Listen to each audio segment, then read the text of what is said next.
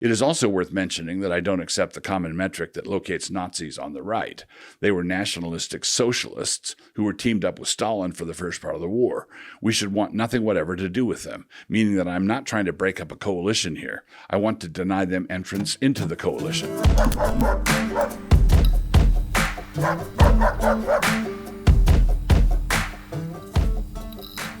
Dear Gavin, thanks for the nudge. We apparently got distracted from our task. Your letter reminded me that we still have a considerable amount of ground to get to. So we already covered how it is okay to be white. Radical, I know. People who are white should be grateful to God for it, but not proud, and people who are black should be grateful for that, and also not proud. Thanksgiving and conceitedness are two very different things. But someone is going to object and say that in a Eurocentric culture, such as ours has been for some centuries now, the white guy has a lot more to be grateful for than does the black guy. He has all that quote-unquote white privilege. But this objection is only an objection if egalitarianism is true, which it isn't.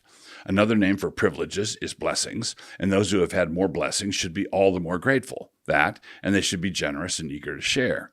1 Timothy 6, 17 through 19. But this need to be grateful for your whiteness does create a dilemma. Let us say that you come to this settled conviction in your soul. It is okay to be white.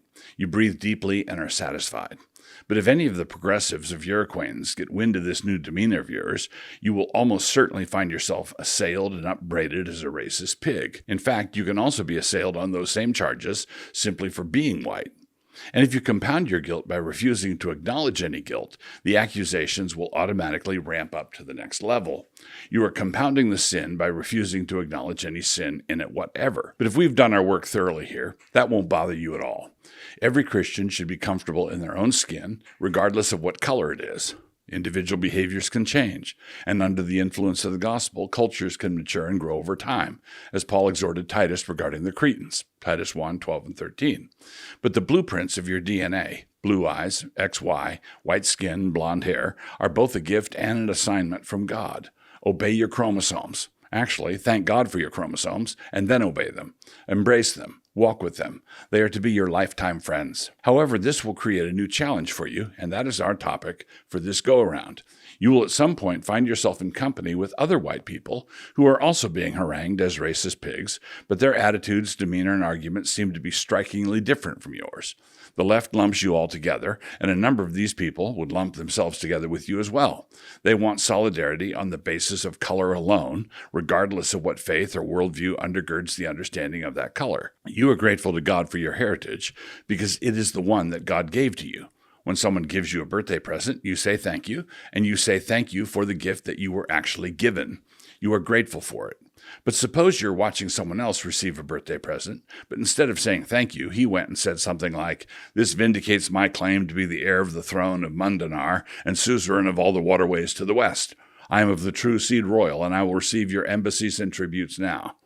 You were both given something, but you think you got a necktie, for which you are grateful. He also got a necktie, but he has discerned in it the blue and yellow stripes of an ancient heraldry that he just made up, and so starts making his grandiose claims. In short, you are dealing with a weirdo. But wait.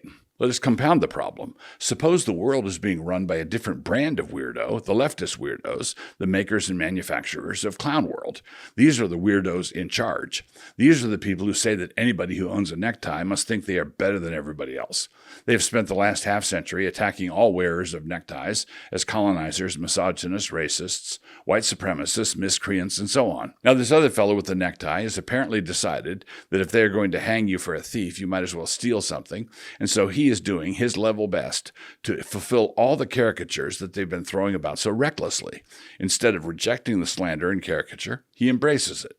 The question this creates for you has to do with how close you should stand to that guy. You are being accused of being the same thing, but from all appearances, the charges are slander in your case and look to be fairly accurate in his. Now what? You will be attacked regardless, for do you not own a necktie? But the accusations are false. Do you have any responsibility to try to help out the delusional guy, or to stand by him? Even if you don't share in his confusion at all, the mere fact that you feel sorry for him, perhaps understanding how he got there, is another strike against you. And sometimes the association is inescapable. He turns out to be your younger brother, for example. But enough with the necktie metaphor. You don't want these things to get away from you. A real resistance to the hegemonic secular project has been starting to form. That resistance is still inchoate, but it is real. There are some genuine encouraging signs. People are starting to wake up to woke, and it is truly heartening to see. But remember, in the meantime, over the last half-century, what has the playbook of the left been? Anybody to the right of Mitt Romney or John McCain has been called a Nazi racist, fascist pig, and a misogynistic cave dweller.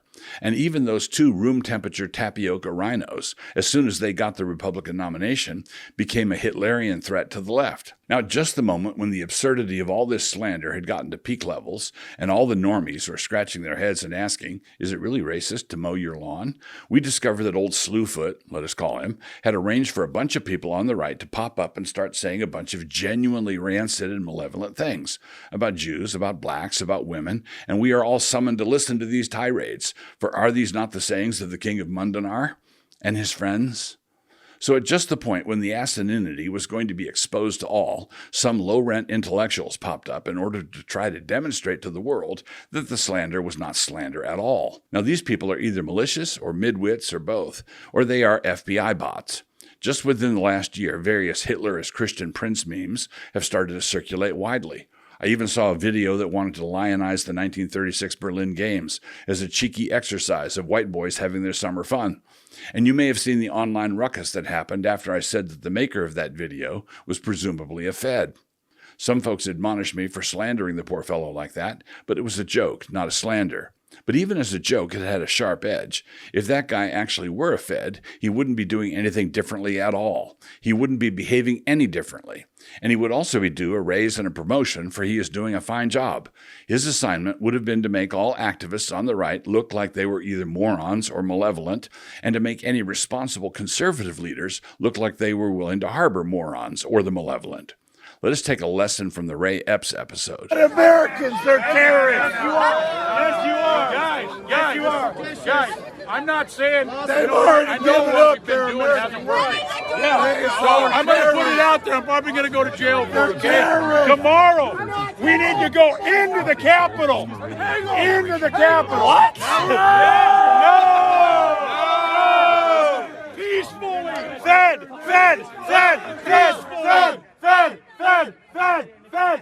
Peacefully. We are freedom. We are peaceful. That's what it's about. It's not about hurting people. The guy in the video here who started shouting Fed at Epps was not slandering him. Moreover, he was not slandering him, even if it turned out that Epps was just an idiot, not a Fed at all.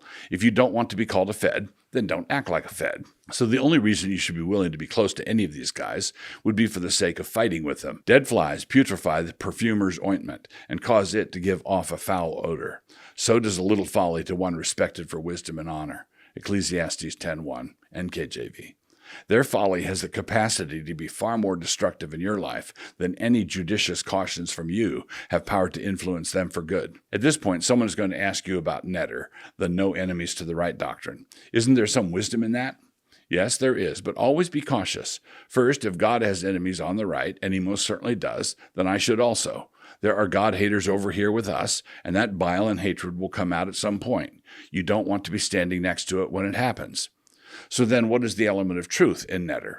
You must not have enemies to the right simply because the left demands that you denounce somebody who said or did racist X, sexist Y, and problematic Z. Lies are the stock and trade of the left, and they have successfully gotten many conservatives to flinch instinctively and to countersignal and punch right simply on their say-so. But their say-so is notoriously unreliable. Don't ever obey them. So I didn't attack that video because the left wanted me to. I attacked it because Christ wanted me to. And that was because it was either made by an oaf, an orc, or an operative. It is also worth mentioning that I don't accept the common metric that locates Nazis on the right. They were nationalistic socialists who were teamed up with Stalin for the first part of the war. We should want nothing whatever to do with them, meaning that I'm not trying to break up a coalition here. I want to deny them entrance into the coalition. One last thing. The most charitable evaluation from the options I listed above would be oaf. But let's make it even more charitable still. Remember that we live in oafish times, and that a lot of the alt-right has been shaped by the world of gaming, Instagram, Twitter, memes, and cosplaying. A lot of these guys could be brought to their senses in a healthy community where people are living actual lives out in the real world. There they would be able to learn that there's far more to masculinity than picking a crusader with laser eyes for an avatar.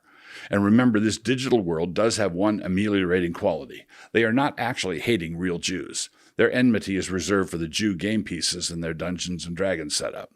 Cordially in Christ, Douglas Wilson.